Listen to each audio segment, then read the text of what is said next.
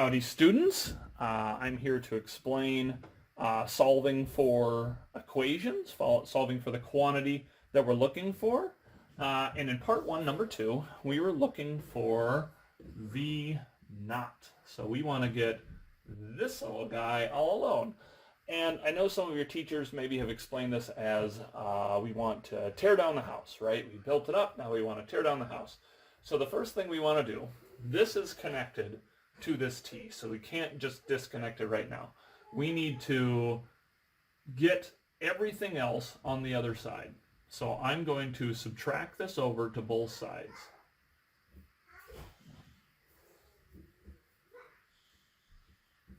One half at squared.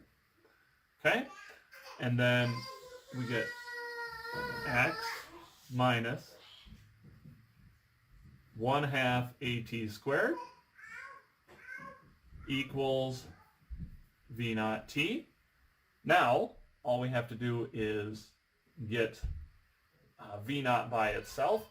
When I say V naught, what I'm saying is this 0 is naught. That's common terminology that physicists will use, and that just means the first velocity, the initial velocity, the velocity at time 0. So V naught t, it is V naught times t, so that means we need to divide by t, just like this was plus 1/2 at squared, so we had to subtract 1/2 at squared to both sides.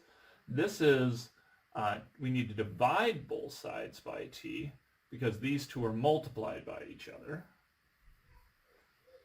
So we get, for a final answer, V naught equals x minus 1/2 at squared divided by t. That bar, just like in a fraction, means divided by.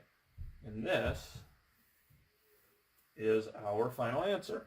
This is an equation we're going to work with in kinematics a lot. This is something we're going to do in physics a lot. So that's the first problem I'm going to show you. All right, the second problem that I'm going to show you is number 9 from the same section, where we are going to solve for g. We're going to use this g a lot. You'll see soon. But first, let's figure out how to solve for it. So this actually says tau equals 2 pi times the square root of L over g. And it's a little bit more complicated this time because we've got this square root and we're trying to solve for g. There's nothing added or subtracted, so we don't need to add or subtract anything over. But we need to make it so that this g here is something we can work with more easily. And because it's a square root, we're going to do the opposite of that, and we're going to square everything to get it all by itself. So what that means is we have tau squared equals 2 squared, which is 2 times 2, which is 4. We have pi squared, which is just pi squared. And now we have the square root squared, meaning now we just have L over g. Now, g is in the denominator. We want to get it in the numerator so we can solve for it. So we're going to multiply both sides by g. You're going to see me use this symbol often so I can differentiate between times and x. These are going to cancel out because it's g over g. Anything over anything is just 1, so we don't need to worry about it anymore.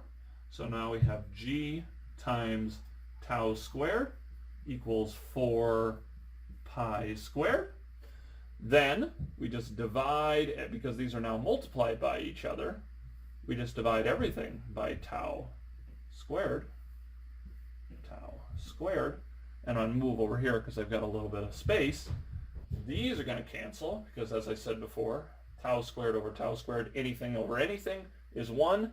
Anything times 1 is itself. So we have g equals 4 pi squared over tau squared. And that's it. That's what we're looking for.